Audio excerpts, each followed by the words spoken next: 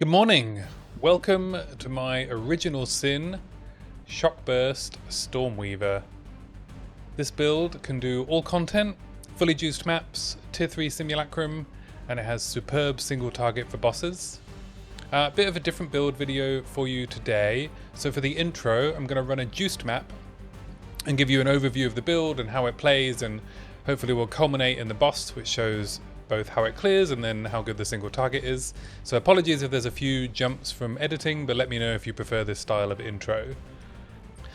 Let's run this wetlands, which I've juiced with some towers before. We've got a 30% delirious map with 120% rarity, extra abyssal modifier, and then I'm just using rare monsters tablets. So we're using the Stormweaver ascendency to be able to chill and shock with any damage type, and then also stack double shocks for a massive increase of damage taken by the enemies. We're using Original Sin to convert all of our elemental damage into chaos damage, which allows us to use the Breach lineage gems for more ailment stacking and armor break. And then because we always have at least 3 ailments on our targets, thanks to those gems, we can use Yoke of Suffering for another massive 60% damage taken by enemies, which gives us a massive boost of damage. Increased damage taken is the highest level of scaling in the game for damage scaling. It's much better than more damage modifiers. So for clearing, as you can see, I'm using Galvanic Shards because this hits the most targets. I originally wanted to do a incendiary shot version of this build, but they have nuked that ability so much I just could not get it to do any amount of damage. So I was going to do some ignite prolif, but it wasn't working. So instead we're using Galvanic Shards as our primary source of damage, and then Herald of Thunder for improving our clear. We're using the Breach lineage gems because all of our damage is chaos, which means I'm using Uul-Netolds Embrace in Herald of Thunder. This allows our chaos damage to break armor. Those armor breaks will trigger armor explosion. Those armor explosions will be able to shock thanks to the Stormweaver ascendancy, which means we get big prolifs on our Herald of Thunder. So you can see tons of lightning bolts going off, especially when we hit very dense packs. The more damage Herald of Thunder does, the more likely you are to get these big prolifs.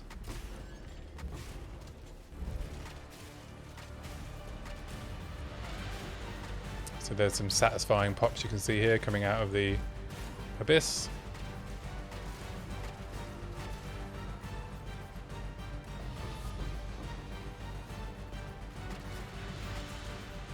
The Herald chain tech is not my original idea. I discovered it through a video that a creator called Korihors did. I'll make sure I include his video on how Herald chaining works below. He focused on doing Herald of Ice change, which are much bigger because of the nature of the damage of Herald of Ice, but you can apply it to Herald of Thunder as well. He relies on gain damage as extra chaos, but because we're converting everything to chaos, we don't need to do that. But I'll include the video so you can check that out. He provides some really interesting tools that let you work out what your minimum threshold for damage needs to be when you're doing a gain as strategy. So I'll put that below.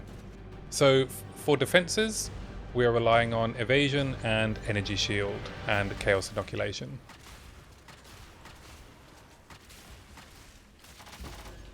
My first iteration of the build used the Sacrosanctum unique chest that I found, and it had a massive investment in Recoup on the passive tree, but unfortunately it just wasn't quite good enough to handle fully juiced maps, nor could it do T3 simulacrum.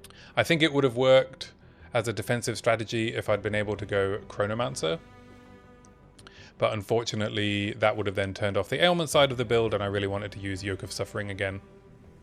But I'll include, at the end of this video, I'll include a section on the Recoup tech, because I think it has some really interesting tech that you can use on other builds if you want, some ideas if you wanted to do that yourself. So I'll include it anyway after we've gone through the main build video. So after a lot of testing and tweaking and trying different things out, I realized I just needed to rework the passive tree. So going Evasion ES also allowed me to then stack Shock Magnitude, which improves our single target and our clear.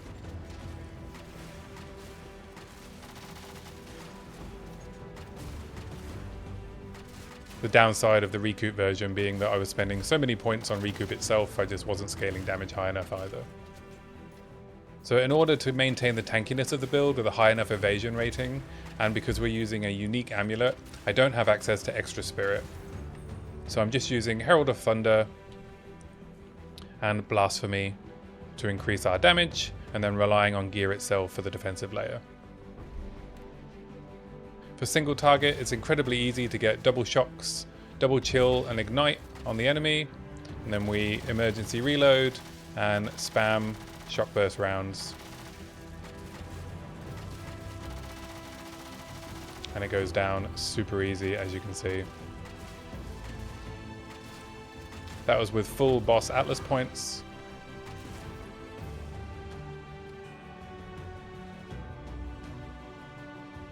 And he went down super fast. You'll also notice that I was using Shockburst rounds to tap any surviving rares. It kills them very quickly.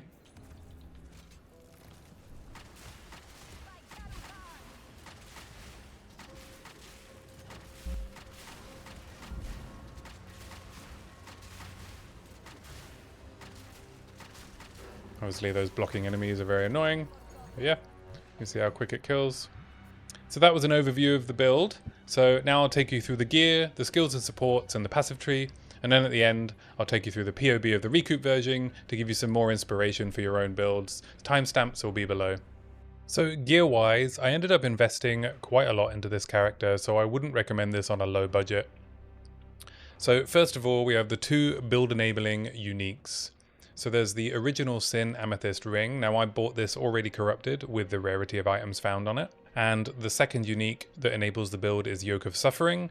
I already had this from the previous build I did. That was the Permafrost Rounds Invoker.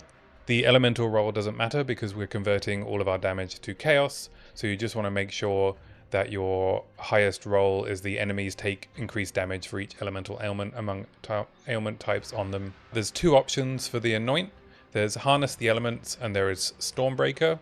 You'll want to decide which one you anoint based on the Megalomaniac that you're able to find. So my Megalomaniac has Stormbreaker and Wither Away, so I anointed Harness the Elements. You do path near Harness the Elements, but it's not worth taking these nodes to get it. And then Stormbreaker is all the way over here. I got very lucky with my Megalo, and the fact that it has Wither Away on it as well, which is more damage taken for enemies when they enter our presence. So then the next important thing for the build is you'll need a very strong triple flat elemental damage crossbow, preferably with attack speed and definitely with levels to all attack skills. I got dexterity on mine because I needed the attributes. These crossbows are not easy to make. I ended up having to buy this. I tried a ton of crafts using homogenizing omens to try and get good rolls on the prefixes, and it is very difficult to hit what you need to hit. I paid about 30 divines for this, and better crossbows than this will start running you in the 50 plus to 250 divines. Like, let's say you wanted crit instead of the dexterity. If you wanted to scale by crit, then you're going to be paying a very high cost for these. So that's the main reason this build is not cheap, because you need a really good, strong flat damage weapon. Flat damage is the most damage that you'll get. The gain is extra, lightning, fire, cold, fizz, they don't work very well. And scaling fizz doesn't work as well as just adding tons of flat elemental damage. We're using the Venomous Rune of Agony for our rune sockets. Gain 13% of damage as extra chaos damage because that's what we're scaling. If you can get a third socket on this, obviously that's even better. I normally Val all of my gear to try and get extra sockets, as you can see by the other items, but I didn't really want to waste the 30 divines. And also these crossbows are quite rare, so it's not like there's tons on the market and I can just start corrupting them all trying to get a third socket. And then next, for the build to feel good, I needed to roll flat damage on both gloves and the other ring slot. This is because I wanted to scale the average damage of Herald of Thunder as high as possible to give me the highest likelihood that I would kill a mob with Herald of Thunder or the resulting armor explosion and trigger the continued proliferation of the attack. So that's why you get those really satisfying Herald of Thunder pops that you saw in the map. For defenses, I'm using an ES helm because we're using Subterfuge Mask. This one is one, again, I already had in my stash. It has a dead stat on it. It has Chaos Resistance because I only switched to Chaos Inoculation recently, so you could get a different stat from that on here. I also got a little bit of rarity on it because we're missing an amulet and a ring slot where we would normally get, 40% rarity on each of these, so I got it as a roll on the helm. I decided to treat myself to a pair of 50% move speed boots. These cost me 25 divines with the move speed runes already socketed in them.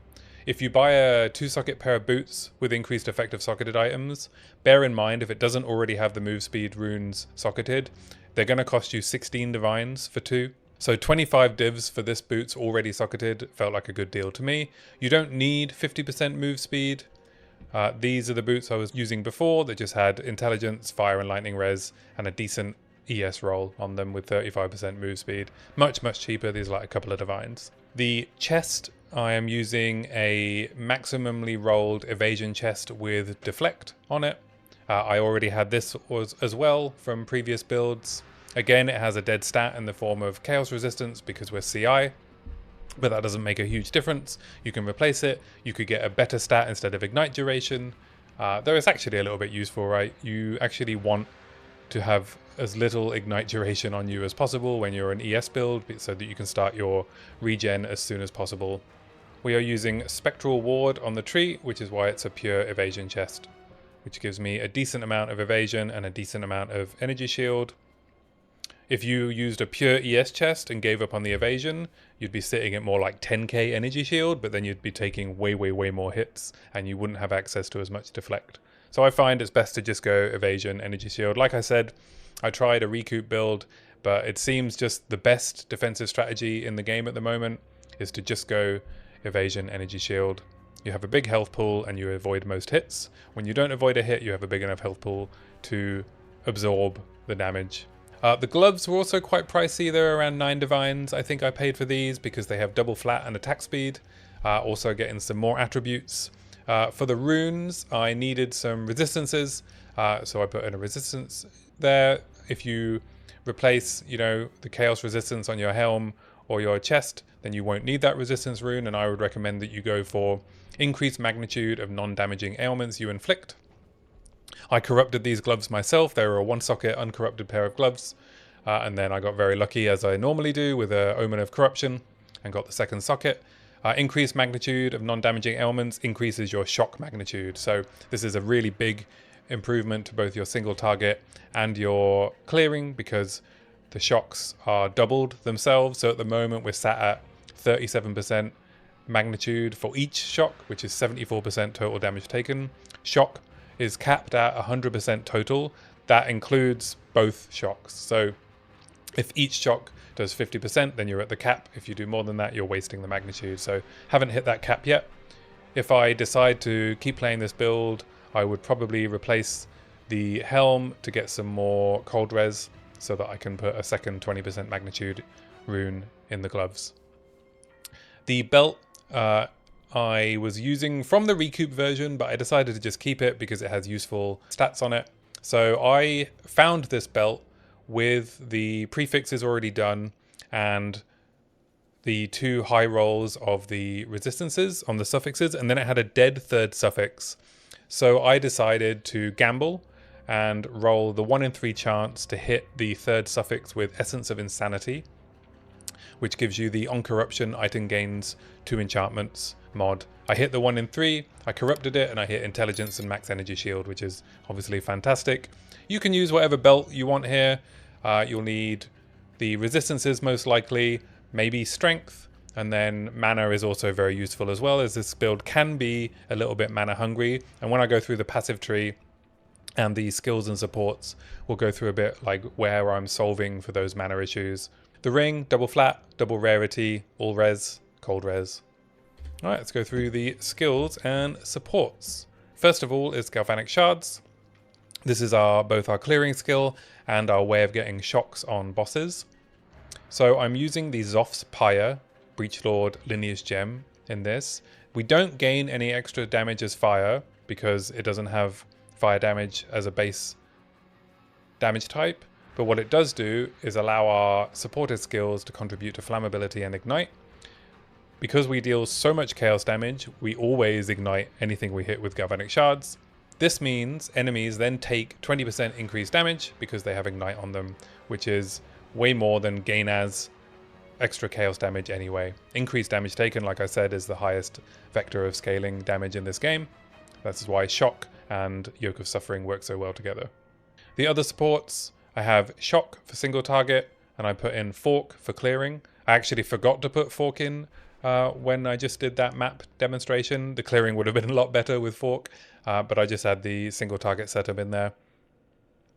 We have close combat because we're always going to be in a boss's face and we want to do the most damage to any enemies that get close to us.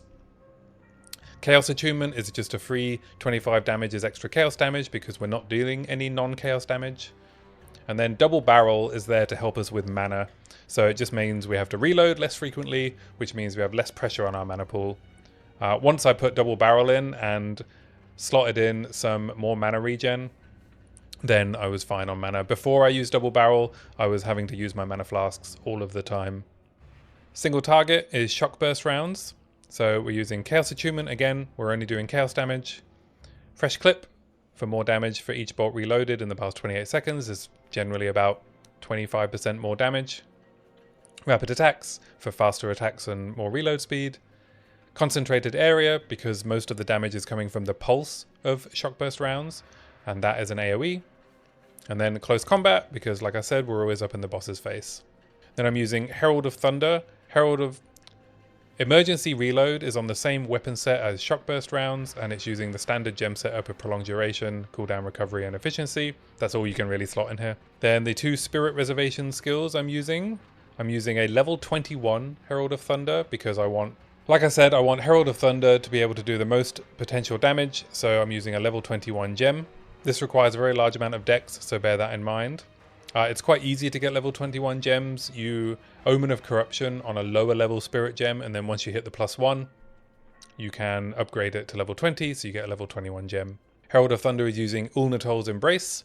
We don't gain any extra chaos damage from this, but it allows the chaos damage to break armor.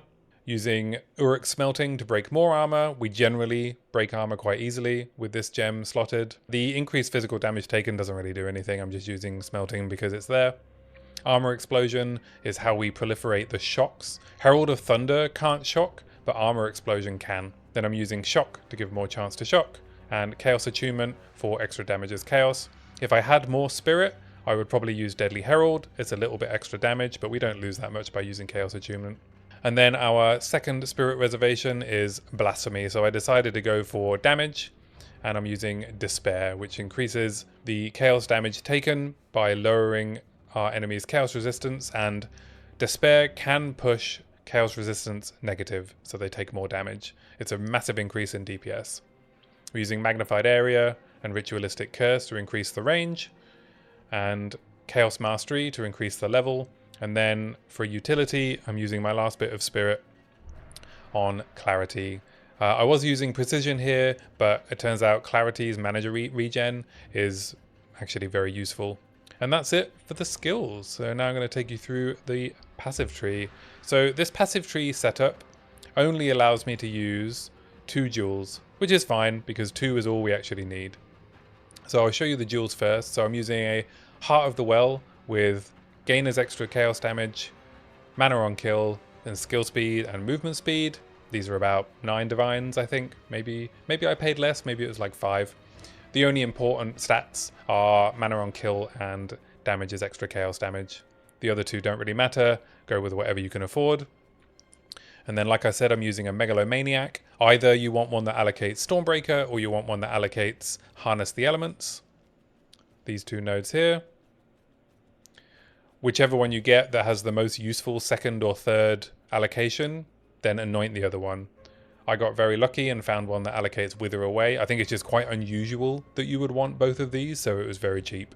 The problem with Megalos is combinations can be very rare. I don't know if there are other combinations that have this, or if you could get Wither Away and Harness. You're going to have to try and find one that suits you, right?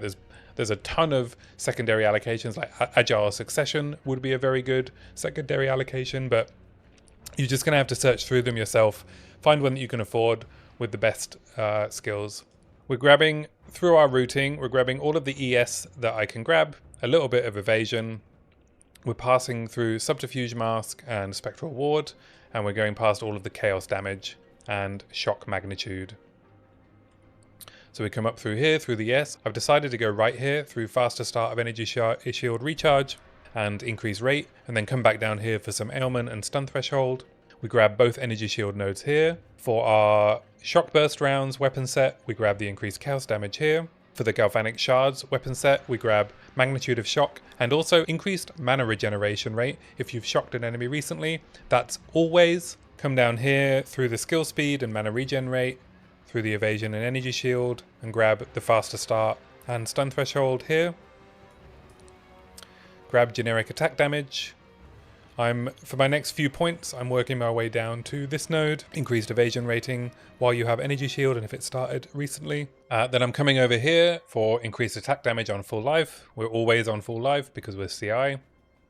Increased attack speed. Also the 10 strength was quite useful from this node.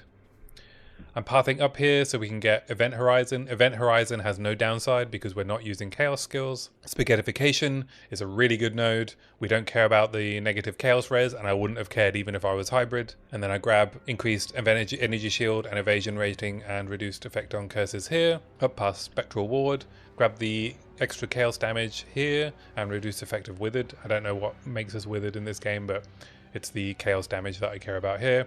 The Chaos res doesn't really matter. We grab Pure Chaos here for more Chaos damage and gain as extra. Grab CI, and then through this dual node up to the massive energy shield node here. And then I grab this Ingenuity node here. Pathing down here gives us access to increased attack and cast speed with lightning skills for Galvanic, plus chance to shock, plus magnitude. We don't crit enough for this to be worth it. If you're going crit, this would be a very good node. Grab for Shockburst rounds some projectile damage here. For Galvanic Shards, some more magnitude of shock and chill and shock duration. And then down here, past Subterfuge Mask, and then up here for attack damage and blind on Shockburst. This pathing may look a little bit inefficient, but to be honest, it's because I needed the attributes. You could not use a level 19 Blasphemy and Despair, and it'll alleviate your attribute requirements on Intelligence quite a bit. You can go down to a level 17. You can't go any lower than that because of the enemy level requirement for curses. It only gets removed at level 17 gems, but it will remove your int requirement down to 126. I currently have like 160 int. So you could drop this node and you could path down here instead, which would be a bit more efficient. You could drop, 1, 2, 3 nodes here. You could take the nodes here. Yeah, you could rework it a bit. You can get a point back. But I'm too lazy to rework my gems, so I just went for this node up here. As you saw, we do plenty of damage, so it wasn't really that necessary. So this gives me a total of 55% evasion and 30% chance to deflect, which feels comfortable enough for me. We kill things so quickly that we don't need to worry too much about this, and we have such a big energy shield pool. So as long as you're holding down fire, you're all good. You might want to switch around your charms, maybe switch a slow charm for Nascent Hope, depends what you want to do, but I like Nascent Hope here. Gives us a bit of ES recharge when we get frozen, or when it stops us from being frozen. And then stun is actually quite a bit of an issue, especially in Simulacrum, so you'll want a stun charm. So one of the alternative options for scaling this build could be poison. So you could grab these poison nodes, you could give up some shock scaling, and instead grab a bunch of the poison nodes over here. You could do +1 of your poisons, escalating toxins, scale like the number of poisons. You could path down through harness the elements, so you're giving up quite a lot of points here for not very much damage. But it's something to consider. You could swap one of the support gems on Galvanic Shards out and put a poison in there, and then scale it like that. It would probably add quite a bit of DPS. I've not done the maths in PoB myself, but it's an option, right? You could use Corrosion, and you could do your armor break with Corrosion. You could do poison on Herald of Thunder, and then do Corrosion and armor break there, and then spread all your poisons like that. Or you could switch to Herald of Plague, and just proliferate corrosive poisons with Galvanic Shards. That might be much faster clear speed. Then stack poisons with Shockburst rounds. The world is your oyster when you're doing chaos damage. So we're done with the main build. So I am going to take you through the Recoup version. So I'm going to show you the build. I imported it, before I changed the build over in the game, I imported it into POB so that I could take you through some of the interesting tech that I found when I decided to try and build around Recoup. So I was playing Permafrost and I found this Sacrosanctum armor on the ground. I saw that it said damage taken recouped as life is also recouped as energy shield, and then I tried to figure out what I could do with that for my next build. I thought it would be quite interesting to try a new defensive layer. One of the downsides of this chest is that it's an armor energy shield chest, but the damage taken recouped as life was also recouped as energy shield has a really interesting interaction. So what it basically means is that whenever you take damage, you will recoup all of that damage based on your recoup percentage as ES and the same amount as life. So this means that if you have any nodes or items that say damage bypasses energy shield, that is effectively damage reduction. And I will go through why that is in this little notepad. So let's say we take 1,000 damage. All right, and we have 85% recoup. And we have Sacrosanctum, which means we recover 850 ES from that hit, and we recover 850 life. Now, if we have 15% damage taken bypasses energy shield, that means we actually only take 850 damage from ES and 150 damage from life. But you're recouping 850 life, right? So you only take 150 damage, but you recoup 850 over the whatever 6 seconds it is on this build. So you effectively refill that life instantly. And then you recover the ES over the course of the 6 seconds. Now we also, in this version, use an Undying Hate with a tribute to Aminamu, which converts Chaos Inoculation to Sacrifice of Flesh. When taking damage from hits, 20% of life loss is prevented, then 150% of life loss prevented is lost over 4 seconds instead. So we take 1,000 damage, 200 of that is prevented, and then we lose 350 life over 4 seconds. So we actually take an 800 damage hit. 15% goes to life, which is 127. Alright, and then we lose 350 life over 4 seconds, but we're still gaining back 85% of the 800 damage hit as life. Alright, so all of these things work together to give us quite high damage mitigation. Now the challenge was, the recoup is a little bit too slow still. So if you're on a Chronomancer, then you have access to this node, which means recoup effects occur over 4 seconds instead of 8. And then you also have this 25% increased speed of recoup effects, right? So it's actually over 3 seconds. Now that would be fast enough, I think, to keep up with the damage you're receiving. On Stormweaver, 6 seconds is just a little bit too slow. On bosses, it's great, right? Because you're taking quite big hits infrequently. So you recoup everything as quick as you need to. But in stuff like really heavily juiced maps and really dense breaches, and in T3 Simulacrum, you're going to end up in situations where you're taking lots of hits very quickly and you just can't keep up with the recoup, unfortunately.